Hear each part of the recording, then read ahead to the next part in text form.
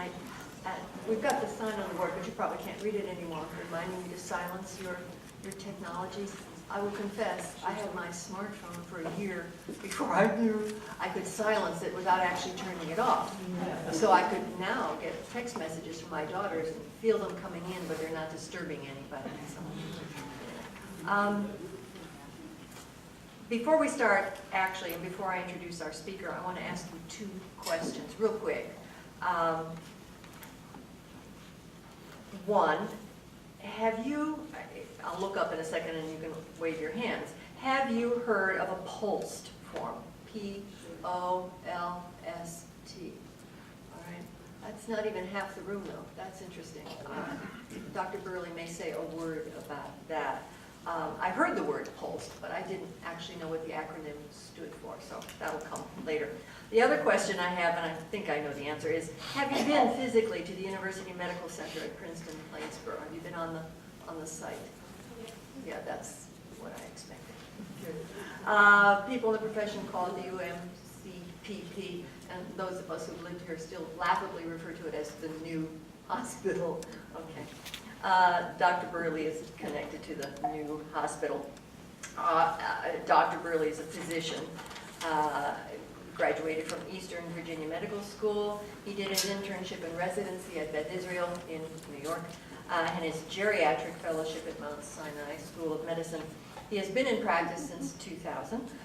He's board certified in 3 areas: in internal medicine, in geriatrics, and in hospice palliative medicine. Fortunately for us, Dr. Burley is local, and I could tell as people were coming in, many of you know him already.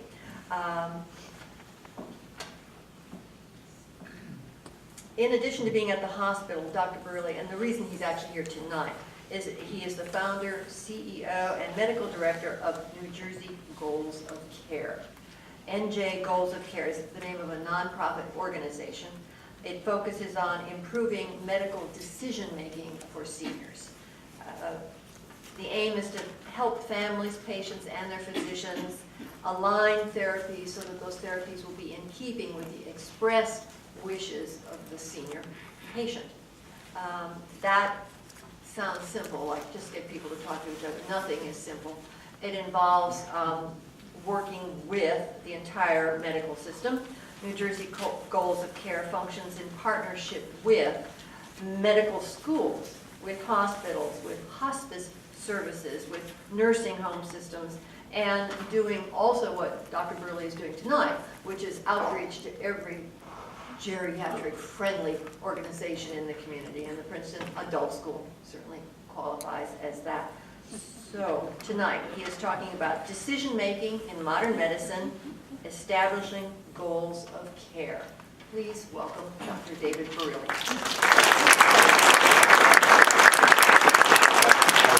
Sound check. Is this on? Can everyone hear me okay? Okay. And I'm kind of awkward having the screen right above me. I can't see what's going on here. So I think I'll stand out here. Nice hall, and thank you for having me. So I wear a lot of hats in town. I'm the medical director of the ACE unit, acute care for the elderly unit at the hospital. And I also have private practice and do consults in the hospital and go to some of the local skilled nursing facilities. About 8 years ago, I started New Jersey Goals of Care, which is an effort to improve medical decision-making for New Jersey seniors, particularly for those people entering into a final phase of life. And I'll talk more about that at the end. The first 30 minutes or so, basically, I'm just going to whine about the modern medicine and what's happened to modern medicine. I'm very good at pointing out the problems, right? We'll end on a positive note, and hopefully you'll be encouraged by some of the activities New Jersey Goals of Care is involved in. And also, I'll show you an outline, and we'll get right into it. I'll give you an introduction on global aging, and I'd like to make the point that this, what some people refer to as the silver tsunami, is headed not just towards our shores, but a lot of countries worldwide are experiencing much worse of a demographic crisis than this country. We'll make that point. And we'll talk a little bit about New Jersey and our standing. And I'll introduce then some barriers. We'll go through 10, what I think are 10 really important barriers to good medical decision making for that person entering maybe the final year of life. And that's where I'll do my most of my whining. And then I'll introduce you to the 4-step model. And the four-step model is a very simple, very elegant model for making difficult medical decisions for yourself or for others, okay? And we'll end with that. And I like to use pictures to make a point, and I searched for a long while for the perfect photograph that captures the fact that we're all getting older and worldwide, and it's this one. It looks pretty great. Puts it up there. And I like to use Jagger as a reference for aging because it was Mick Jagger who, I think in 1964, told a reporter that he would rather be dead than singing I Can't Get No Satisfaction at age 40. So what does that tell you? Their age is this year. That tells you what it meant to be 40 years old back in 1964 means something completely different now, right? And you get to change the rules as you go along, as you age. This slide is just to make the point that that the United States is not amongst the oldest of nations. So this is the year 2030 and the percentage of the population that will be over age 65. And you can see that it's Canada, Western Europe, Japan, and Australia, not the United States. And they're so, with this demographic crisis, right, people aren't having children in developed nations. And there's a big concern about the aging population and what's going to happen with Social Security and so on. And countries are so worried about this, they're raising the retirement age, our country included. There are a total of 14 countries worldwide raising their retirement age. Maybe some of you remember when they first proposed this in France a couple of years ago, they were rioting and flipping over police cars. And Germany, of the Western European nations, Germany's probably the worst off. This is a rendition of, anybody know? Bismarck. This is Bismarck, and Bismarck is credited for, who is Bismarck? Yeah, I heard Social Security. Yeah, Germany. So this is the guy that unified Germany and established modern Germany, and he's often credited for inventing the retirement age of 65, right? Well, he actually chose age 70 as a cutoff. Bismarck came up with the first pay-as-you-go Social Security system, the same one that this country adopted in the 1930s, and this was around 1880 or thereabouts. And anyone want to guess the average life expectancy of a German in 1880? 50 is not how to give. So yeah, it was like 50 or 55. So it was the greatest contest of all time. So everybody knew, he knew what he was doing, the government knew what they were doing, and they got that on it and so on. And now what's happening, like what's happening with all of these Western European countries, we all know this, people are living longer and the system's being taxed. Probably no country is worse off than Japan with regards to this demographic crisis, right? We call this the super aging society. This is the population pyramid present day, and let's see what happens to Japan as we go into 2030, 40, this is 2040. Holy cow, it's no longer a pyramid, right? There are a lot of older adults in Japan and not a lot of population, not a lot of low fertility rates, and they don't have immigration, right? The World Health Organization published a study 2 years ago that suggested the Japanese would have to either raise their retirement age to 77 or allow 10 million immigrants in per year to keep up with that worker-retiree ratio. So there's really no good way out of Japan's economic crisis, right? Putting aside the natural disasters that's happening. So how are they doing it? They're making robots. The Japan are coming up with all these clever ways of treating or helping out with older adults, and I just love this little guy. You can, for the frail elder who can't do the shopping on their own, they can from home go on the internet and log into this guy's brain here and tell them what the grocery list is going to be that day, and they go in and the robot greets the elder at the door and takes them around the supermarket and helps with their shopping. England's kind of going with the flow. These are scenes from a senior playground that opened up a couple of years ago in Hyde Park. And it's a senior playground just for seniors. Isn't that wonderful? And you can imagine the children on the park benches saying, "Slow down!" This is a scene from a senior playground in the United States. In the States, we're combining them with children's playgrounds, which I think is friendlier. So there are a lot of countries so panicked about this demographic crisis, they're incentivizing young adults to have babies, right? Because there aren't a lot of babies being born in the States around the world. Singapore is offering tax breaks and $15,000. South Korea has a family day. So on this day that you're allowed to leave work early, right, and go home and make whoopee. I think it's the first Tuesday of every month. And in South Korea, the going home early in South Korea is like 8 p.m. So the shop closes like 8 p.m. In Russia, they've established this holiday. This is September 12th is National Procreation Day. And so on this day, you only work a half a day and go home. And what's the Russian word for sex? Or I don't know. Does anybody know? So the boss lets you go home early, and if you're lucky enough to get pregnant and deliver on June 12th, which was National Patriot Day, heaven help you if you're a GYN doctor on call that day. You could win money and toaster ovens and refrigerators, and depending on the province, and you could win this car. A couple of years ago, they gave it away to this couple. It doesn't come with a car seat. In Japan, there are more robots. This little guy is supposed to help with the nesting feeling for newlyweds. You get it for a newlywed couple. It's really silly. And if you want to go online and Google on YouTube, do it for Denmark.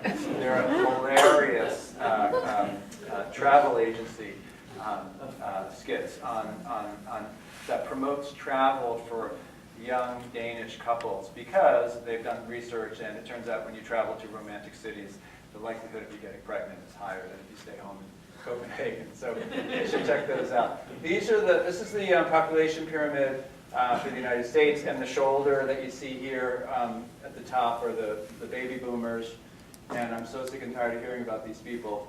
But, I'm actually one of them. I was born in 1964. Which is the last year, like 46 to 64. So I'm the last of the baby boomers. And so this is what we look like in the year 2040.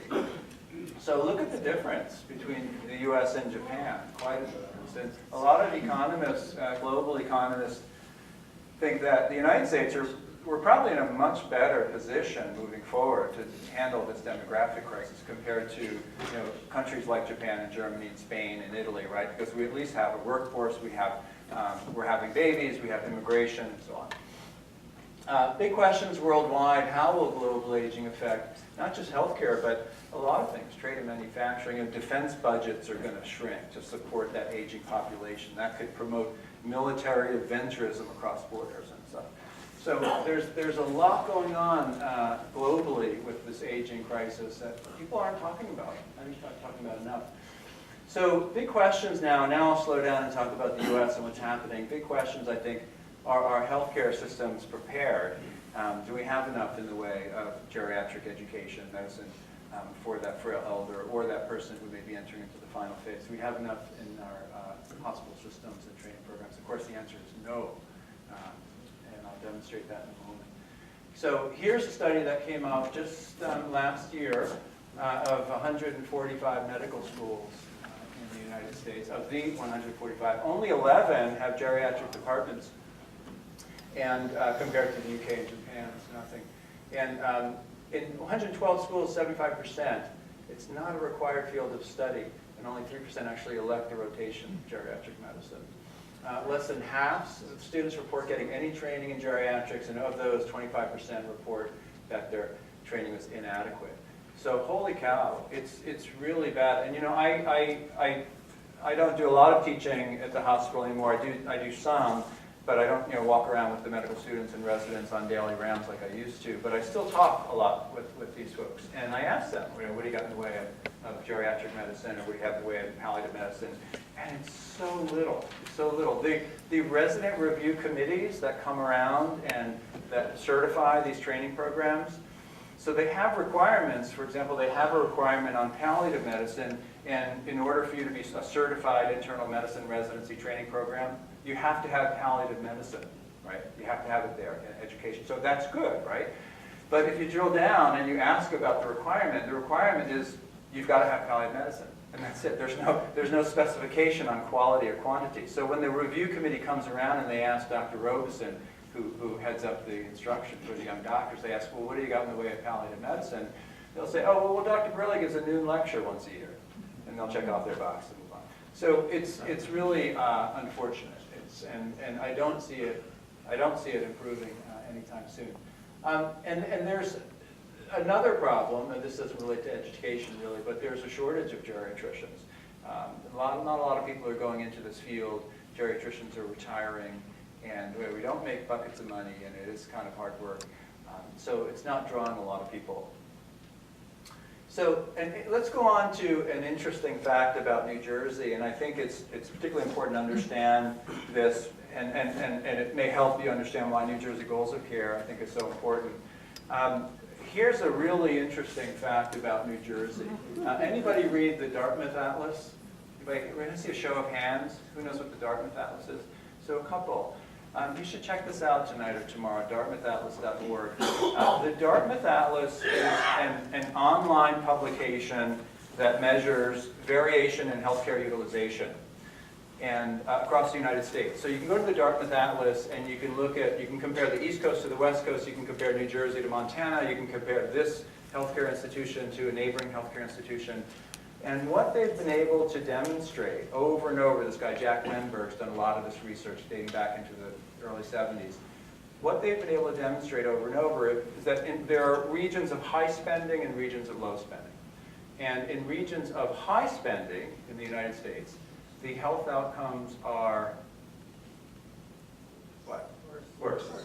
And in regions of low spending, the health outcomes are better. Over and over and over, they've demonstrated this. And even health outcomes. So you can compare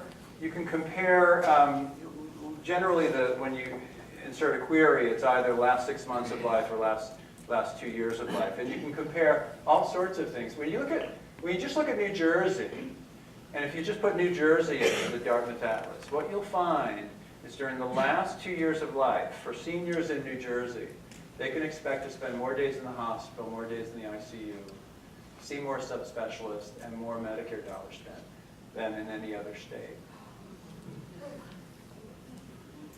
Wow.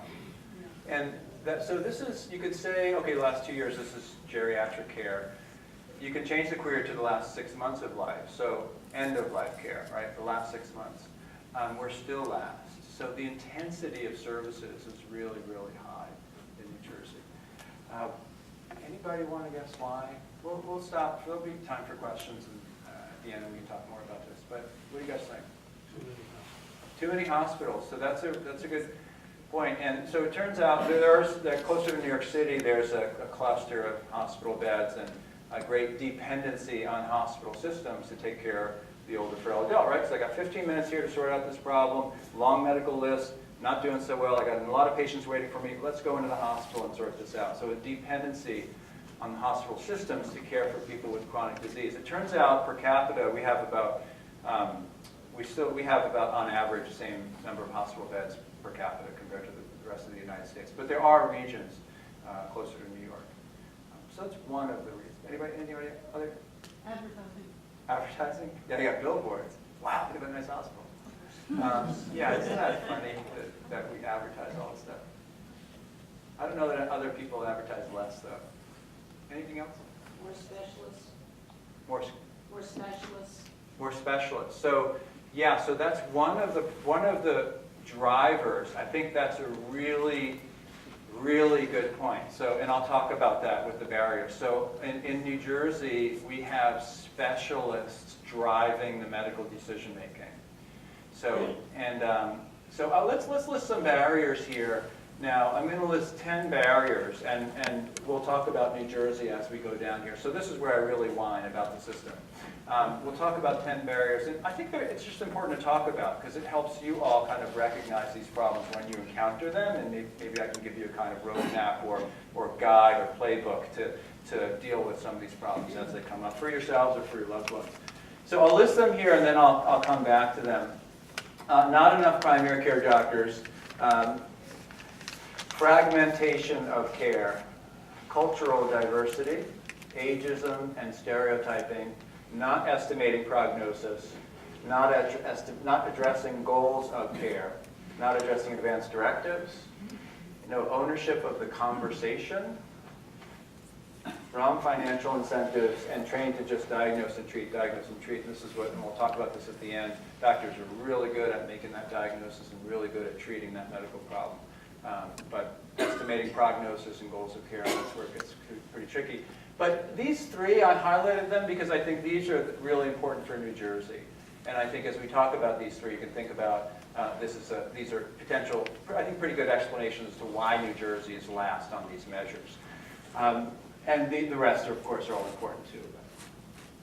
So not enough primary care doctors. I'm going to skip through this a bit, but here's an interesting fact. We've got 22,000 and only 3,500 primary care doctors in the state. And it's people. I spoke to a group of young doctors in training down at Cooper last week, and I asked them, anybody going into primary care? And a few of them raised their hand. There were like 20 of them there, maybe 4 or 5 raised their hands, and I was like, wow, that's great. You guys are going into primary care. And then I asked, of those going into primary care, how many of you are staying in New Jersey? And all the hands went down. Because it's so expensive, right? And for a lot of reasons, but we can come back to that.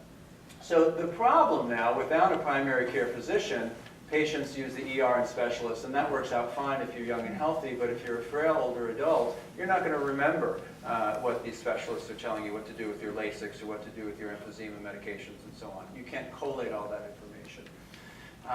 The next is fragmentation of care, and this is a real patient that I had, and sadly it's a common scenario.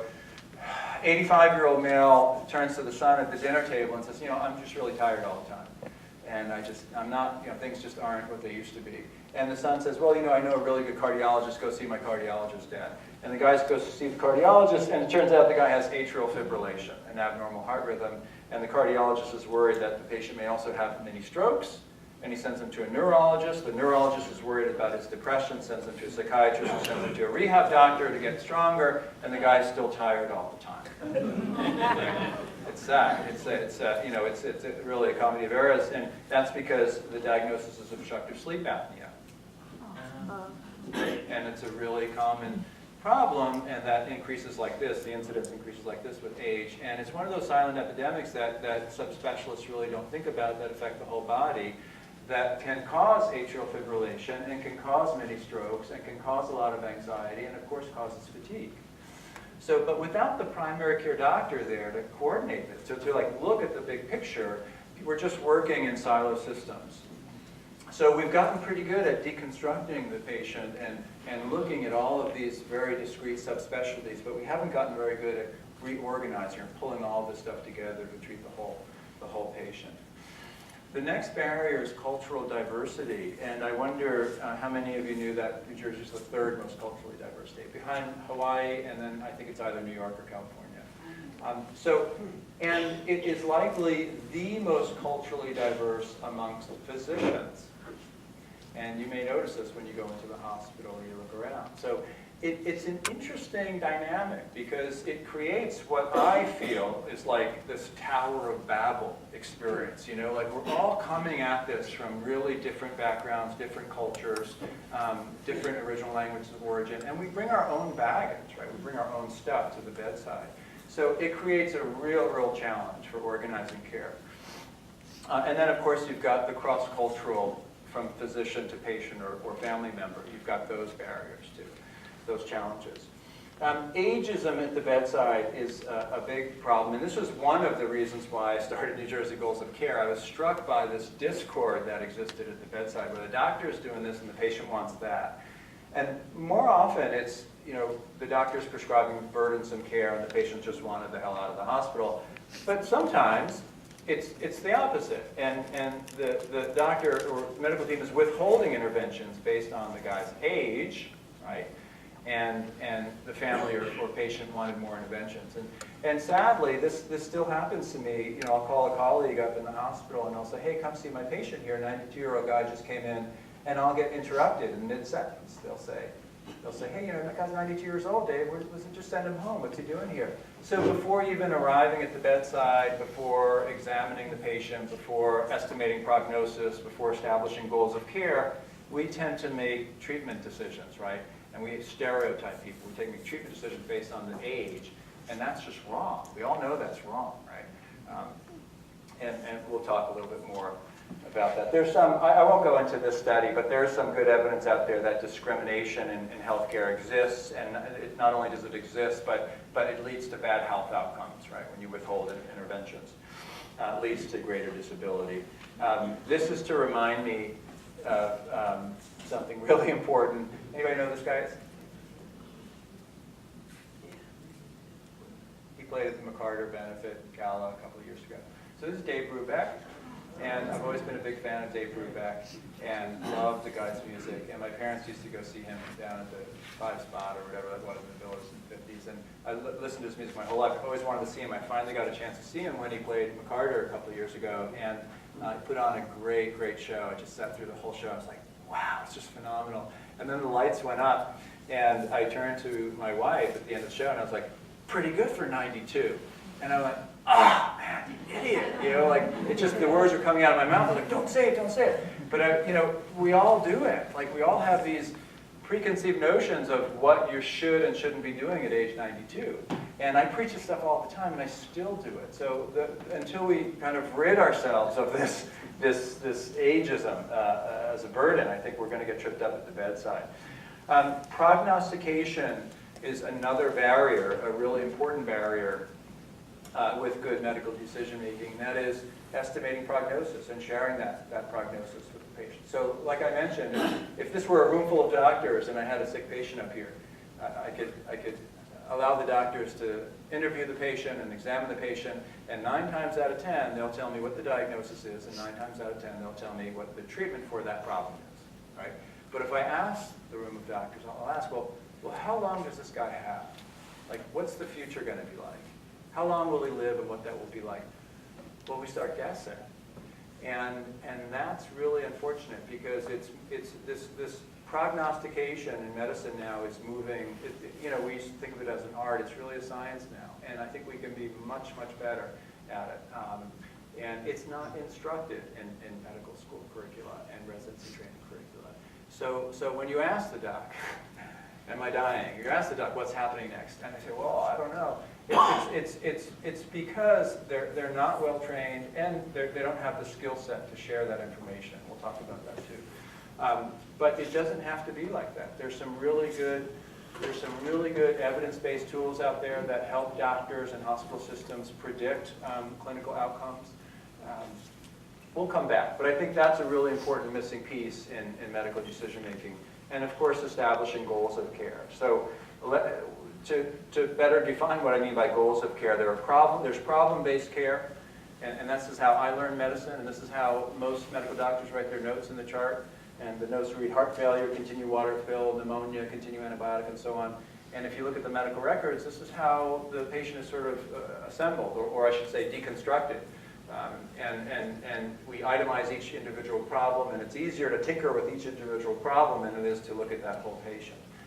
But the problem here, the challenge, is that this allows no provision for looking at the big picture, right?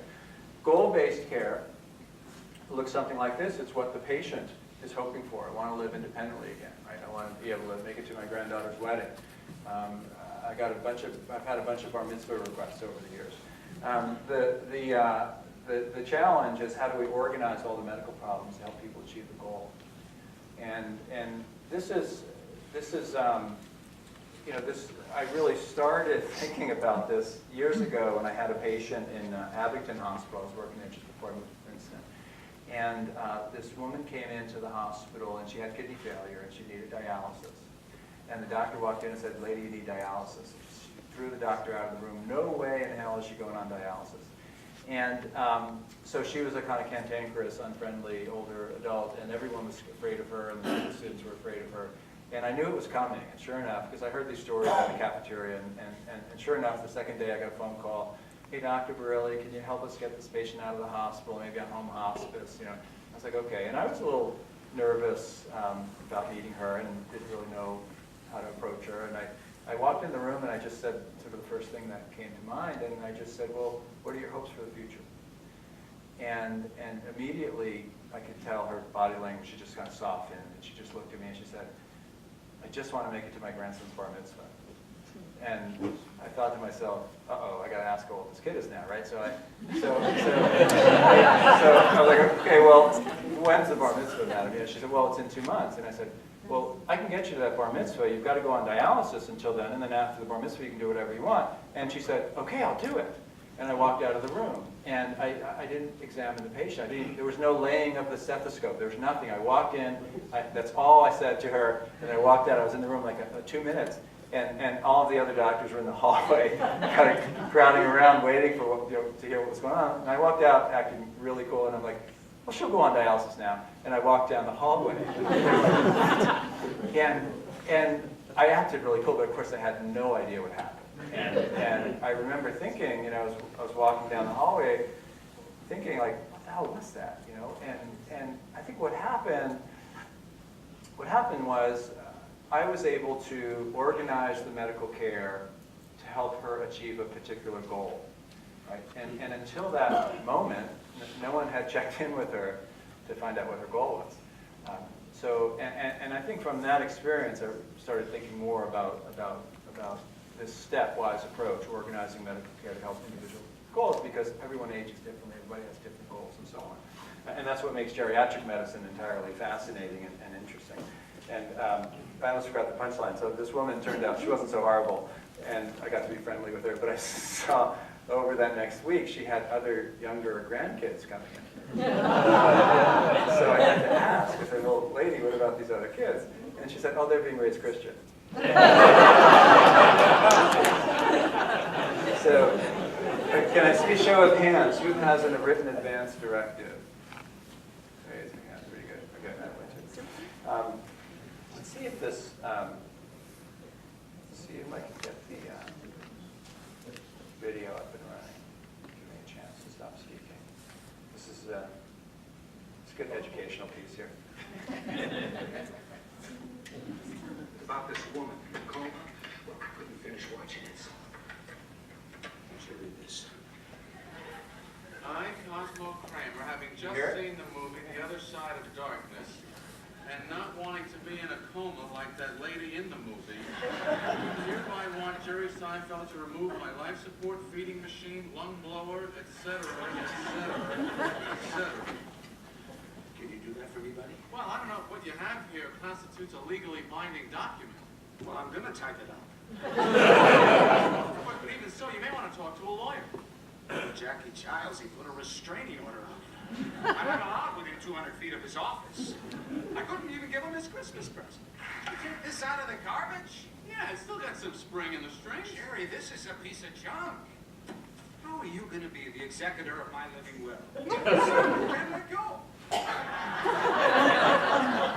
Trust me, Kramer, given the legal opportunity, I will kill you. Hey, Elaine, you have some free time tomorrow afternoon?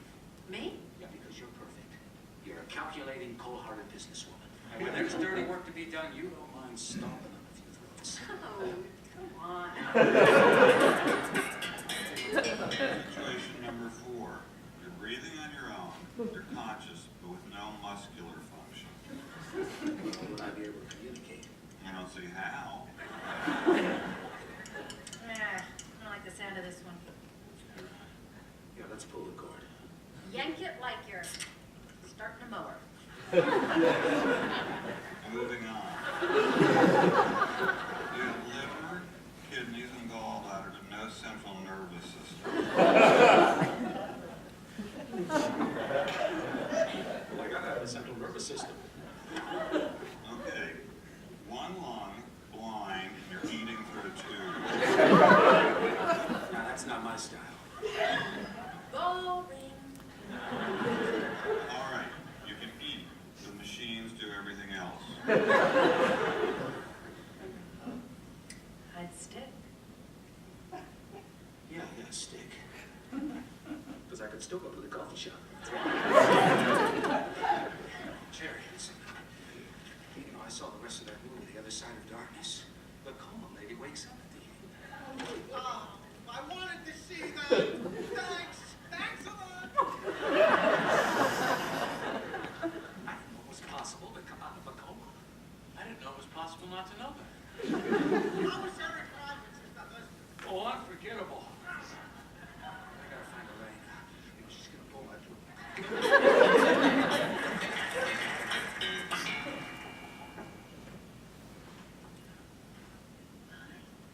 How's he doing? He's been sleeping a lot. He's still groggy. Well, I thought a movie might cheer him up. I got him a Gene pick. What happened to Vincent? I'm kind of off of him. Outlet. Ah.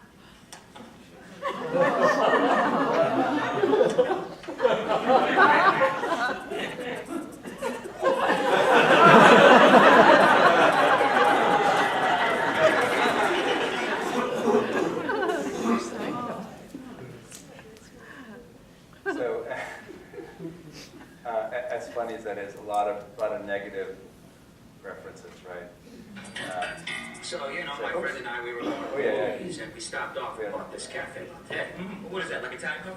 It, The reference to plug pulling, the reference to euthanasia. On the other hand, Kramer goes out of his way to find an appropriate surrogate. That's a good point to make.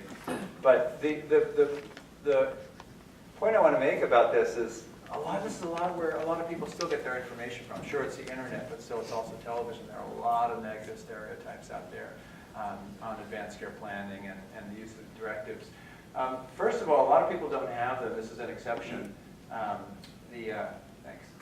Not a lot of doctors ask for them until deep into the hospitalization, maybe hospital day 20. We think, oh, gee, well, maybe they've written down somewhere what they want and don't want. And when we finally find them, they're filled with legal mumbo-jumbo. So for those of you who did not raise your hands, please don't pay a lawyer to fill out an advance directive for you.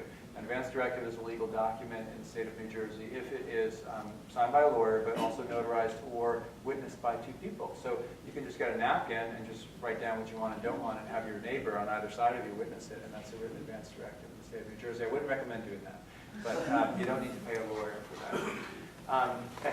The other question is, do they really work? And while I think they're good, I think we should still have them. I think of them, though, as a failed public experiment. Like, you get people to write down what they want and don't want. And I just, I had some surgery myself. I went through a difficult time last year, and what a doctor told me about what to expect. But until I went through that, until I experienced that, it's so abstract. I counsel people on wanting feeding tubes and so on, but until you actually go through this stuff, it's really an abstract thing. It's hard. I don't mean to dismiss them or say we shouldn't have it, but they're a challenge. Another barrier, financial incentives. So the system is set up in such a way now that we are incentivized to do more stuff, right? And we are incentivized to order more tests and to do more procedures. That's slowly changing now as we move towards value-based medicine. Maybe Margaret Lansfield or Barry talked a little bit about that. And then the other question is, who owns this conversation? Who's supposed to have this conversation with the patient? Is it the primary? Is it the specialist? And believe it or not, the medical literature still, there's this discourse in the medical literature. People are arguing over who's responsible for this conversation. Well, we're running out of time. I'd love to hear what you all think about it, but I think it's every doctor. I think it's a very idealistic opinion, I know. But it's the doctor in front of the patient that's responsible for this conversation. And then finally, let's wind down now and talk about the 4 steps. And the final point is that we've focused really on these 2 steps in medical decision making. And it's diagnose and treat. And we've gotten ourselves into this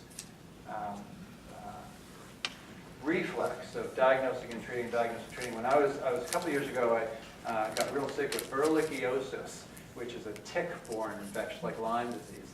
And I was hospitalized on my own medical floor in the ACE unit. High fevers, liver function tests were all abnormal. And within 12 hours, they figured out what it was. And the next day, I had a guy's trip planned to Red Rocks in Colorado, and I didn't want to miss that flight. I had to get the doxycycline. I needed the diagnosis, I needed the treatment. I got it. It was that 1-2 punch, and within 24 hours, with doxycycline, you're better if you've got ehrlichiosis. And I was better for that flight, and I made it. So this works. I don't mean to dismiss it. This works for relatively healthy people. We just need this treatment reflex and get out of there. It doesn't work for people entering the final phase of life. So here are the 4 steps, and we've added 2 important steps. We've added prognosis and goals of care. Okay? So for those people entering into a final phase, we ask, what's the diagnosis, what's the prognosis, what are the goals, and what are the treatment. And if you look at this from maybe 30,000 feet, what you'll see is that the first two steps require medical knowledge. The doctor needs to know their stuff. They need to know how to make the diagnosis and estimate prognosis. The next part is all about communication skills. How do we, in a compassionate, health-literate, cross-cultural way, share information about the prognosis and establish the goals of care, right? It takes good communication skills. And then the last part is really the art of medicine, I think, and how do we just order those tests that are appropriate, right? And not order those consultants that are inappropriate or that won't help achieve the goal. So I like to use Margaret Lansfield as a good example. So some of you may know Margaret. She opened the show here for you guys. She was a great, great role model for me. She hired me when I moved to Princeton. And I think Margaret's one of the few doctors that really could do this well. And she really knew her stuff. But this is the Goals of Care model, and this is the model that New Jersey Goals of Care is promoting and trying to get into residency training curricula in medical schools in New Jersey. And I think I'm going to, I'll give you this quick example and then we'll stop. So this is a very simple example, but you'll get the point. 75-year-old with kidney failure. We share with him that the prognosis is several years. The goal is to live as long as possible. This person is going to get hemodialysis, right? But what if there's kidney failure, heart failure, and dementia, and the prognosis is weeks to months, and the goals are to be at home, then hospice? So you can see hemodialysis is a medically futile intervention in this person. It's not going to help them achieve their goal. So prognosis influences goals of care that influences treatment, and this is shared decision making. Maybe you've heard this term. Unfortunately, it only happens about 10% of the time. Who's responsible for each step? The doctor or the medical team has to come up with the diagnosis and prognosis. The patient or decision maker share the goals of care in the context of the prognosis. And then we organize treatment, and those are the 4 steps. I rushed it at the end here, folks, and I'm sorry. But I wanted to save some time. It's a quarter up. We've got 15 minutes. I really rushed the end there. But I'm happy to take questions or talk more about these 4 steps or barriers along the way. Yeah. So I sort of wonder, in your example of religiosis, Dr. Sankey, if you're just short-circuiting yourself. I mean, you did have a very clear goal, which was to go to Red Rocks and meet with the concert. You had a prognosis in mind, which was that if you take doxycycline, you'll be okay. So really, you're unconsciously doing all 4 of those things, aren't you? Sure. But I think the pitfall here is that it's all very quick decision-making at the bedside. And we've heard this term slow medicine, the Times have written about it a lot. We don't step back. We don't step back and pause for a moment for that frail elder or for that person entering the final year of life and think, is this pill really going to help them achieve their goal? Is this medical test really going to help them achieve their goal? And the challenge here is that the challenges are on that second and third step. So we don't speak with conviction about the prognosis at the bedside, and we don't do a really good job of establishing what the goals of care are and organizing the treatment. So do you think that physicians who are coming out of training now are less capable of establishing accurate prognoses? Sadly, yes. Yeah, and so it's changing a little tiny bit, but I don't see. So I haven't looked at the curricula of all the medical training, medical schools out there. I just know what's happening here in New Jersey. But they really lack good geriatric education, and specifically with prognostication and goal setting and communication skills. It's tight real estate in those curricula, and you've got to if you add something, you've got to pull something away. I think the solution is to embed it into what you're teaching. So the solution, now I didn't talk at all about what New Jersey Goals of Care is doing. We just finished, we got a grant through the Verizon Foundation. We just finished a webinar series where we allowed all of the residency training programs to tune in and watch me give a lecture on this kind of stuff during their noon conference. So every day they have a noon conference. And we got all 13 training programs to tune in, and over a period of 4 months. offered them continuing medical education and so on. We made it a multidisciplinary effort. But we've got to somehow embed this material into the existing curriculum. So when someone learns about cardiology, and they learn on their cardiology rotation how to make the diagnosis of heart failure and how to treat heart failure, they're also learning prognosis in heart failure.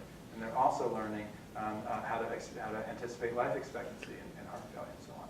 In neurology, they're learning about the course of dementia and how the dementia progresses and so on. So we've got to embed it.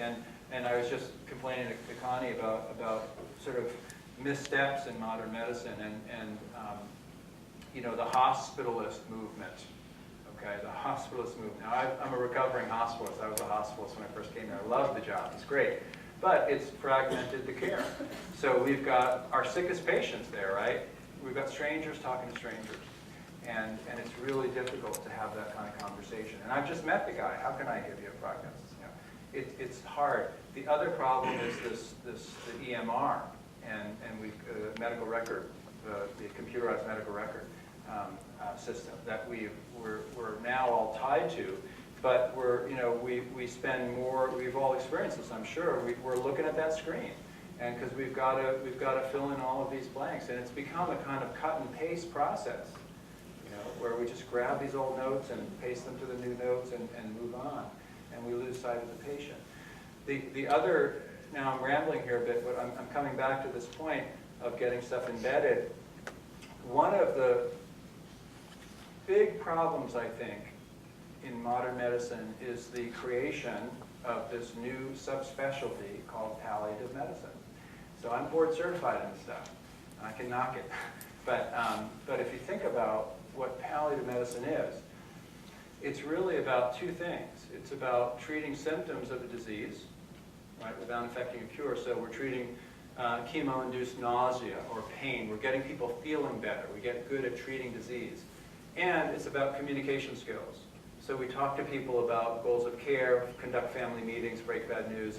Yeah, hello, you've got to ask yourself, when did that leave the general medical curricula of schools and training programs? I mean, that's just good doctoring. When I was going through all this stuff, I realized, okay, this is just going to make me a better doctor. What's special about this? So what's happened now is with this fragmentation of care, now we've got end-of-life care, palliative care, doctors don't want to deal with it. Okay, we'll go on over and the palliative medicine team can take care of it. So we've compartmentalized all of this stuff.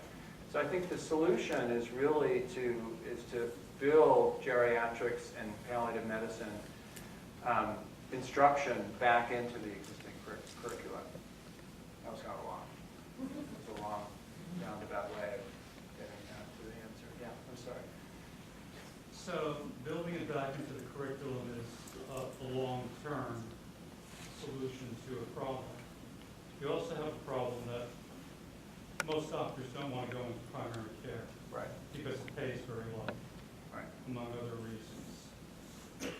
So if you're going to be delivering quality care to elderly patients who have complex problems, what about bringing in other health professionals, like geriatric nurse practitioners, into the picture on a much larger scale?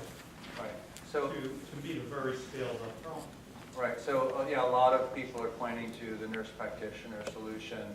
It turns out that there's a small percentage. I think 2% of all nurse practitioners in the States are doing geriatrics, and that percentage also, the people going into getting their nurse practitioner degree, the percentage going into geriatrics is pretty close to that, it's single digit. So it's just not attracting.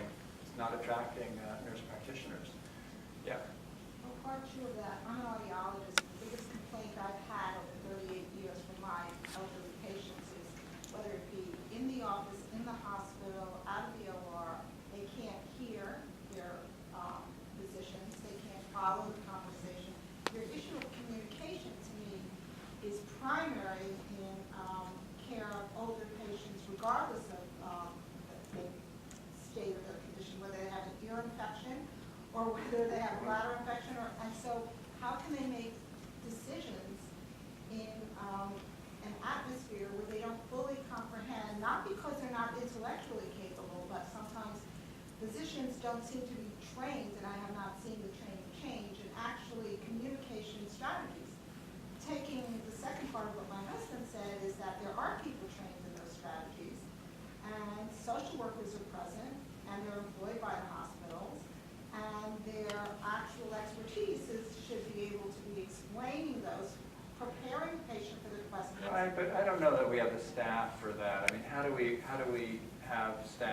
sensitive to, hire staff that are sensitive to those communication needs at each bedside. I think we've just got to train the practitioner, whoever's in front of them, right? So I noticed pretty early on, most older adults can hear me because I have this low, deep voice, right? So, and I had a pretty good geriatric clerkship in my medical school, and we did have those kind of training exercises. But again, it's just back to educating the staff, like the young doctors in training and the medical staff, on good communication skills. It's not just hearing. I mean, it's vision, it's neglect, it's ageism. You see an older adult, and you're not going to talk with that older adult. You're going to talk with the young son or daughter out in the hallway, right? And even though that person has capacity to make decisions, it's just going to be a more quick, time-efficient conversation.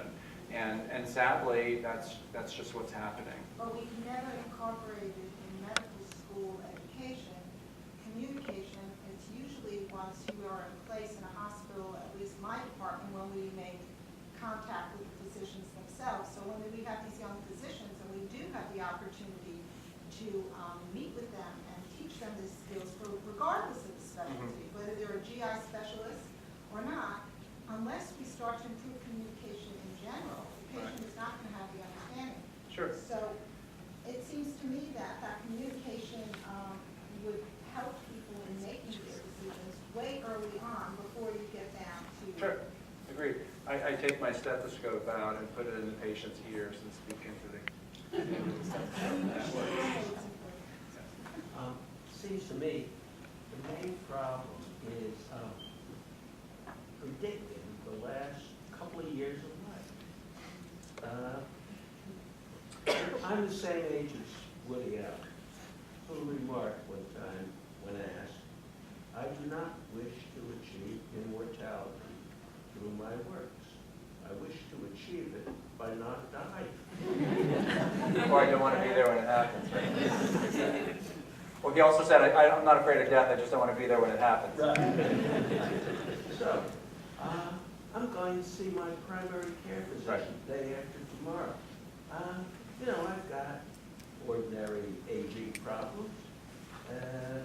Nothing, all that serious like that. Kidney thing. Sure. Yeah, so, it's hard to do, but there are some general pearls out there. I don't want to get you all nervous now. So generally, on average, from birth, you live to about age 80. If you make it to age 80, then another decade or so. If you make it to 90, another 5 to 7 years. If you make it to 100, another 2 or 3 years. In the absence of serious problems. In the absence of serious problems, right? But for the frail older adult, we look at global measures like gait speed. I watch how fast that older adult walks into my office, okay? So gait speed is a very valuable, you can Google this stuff, gait speed and prognosis. Gait speed is a very helpful indicator, a global predictor. Hand grip strength, so it's a very important predictor. Number of comorbidities, frequency of exacerbations. How many times have you been in the hospital the last 6 months, Mrs. McGillicuddy, compared to the 6 months before that? So there are a lot of global measures. For cancer patients, it's all about functional status, and we see an abrupt decline in function. This is why the oncologist asks, or often might say, if you walk into my office, like if you're walking, we can give you more chemo. If you're not walking, we can't give you more chemo. So performance status is key in prognostication. And a lot of it, and if you have a particular disease, right? So with the Alzheimer patient, a very predictable course from diagnosis to death over a course of 7 to 10 years, maybe. For Lewy body dementia, a pretty predictable course. Maybe not so much for Parkinson's or other diseases, but a lot of these things have predictable courses. So I would challenge them. For the healthy 80-year-old that walks into my office for a checkup and so on and drives home, you can't. Firm handshake. You can't. Firm hand, yeah, you can't. I mean, but it's important because the if I've got two 80-year-olds, right, and one I think is going to live another couple of years, and the other I think may live a decade. One I'm going to do health maintenance on. I'm going to do screening on. I'm going to worry about the blood pressure and so on.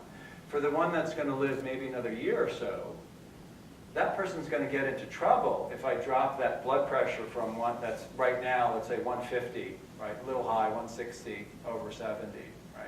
If I give them a blood pressure pill to lower that, that's probably going to affect a bad outcome. So permissive hypertension, a little more lax sugar control, probably leads to better health outcomes in that frail older adult with a limited prognosis. So prognostication, it's not just for end-of-life care, and it's for health maintenance. The other really important thing about why prognostication is so important, so yeah, we've got all this medical stuff to plan, right?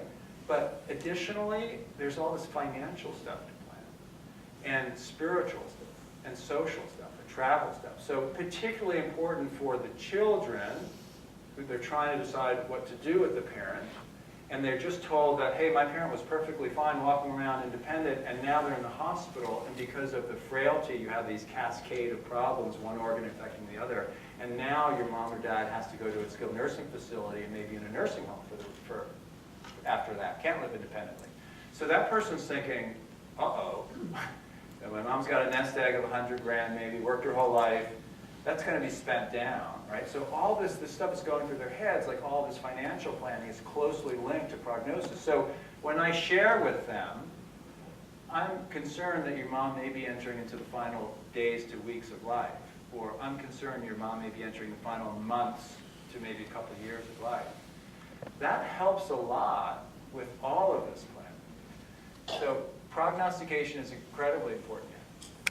We've talked a good bit about why doctors suck and they can't do the job.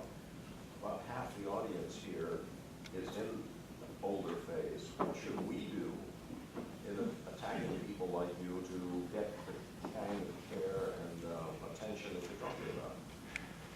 I didn't hear the first part of the question. So what can you all do to remain healthy and well? Not to remain healthy, but to get the kind of care from our doctors that you say would be good for us. I think paying attention to the medical record and letting the doctors know that you're relying on that primary care doctor to disseminate information, to talk to they're not going to come into the hospital to talk to the hospitalist, to have certain expectations.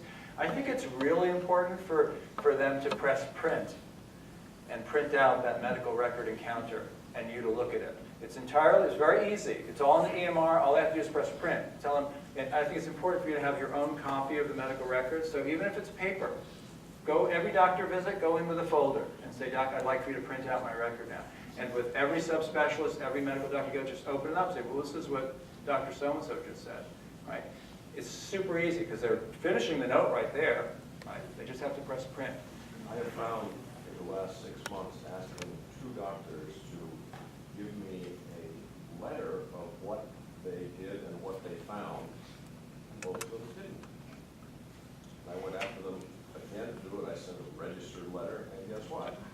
I got a call from some polite young girl saying, lose weight. That was my conclusion from the doctor. I think last question. I want to add, though, I have, can I promote Goals of Care? So for those of you who are interested in learning more about New Jersey Goals of Care, or want to get on our mailing list, I can leave a piece of paper here if you want to leave your name and email address. And this is the website, goalsofcare.org.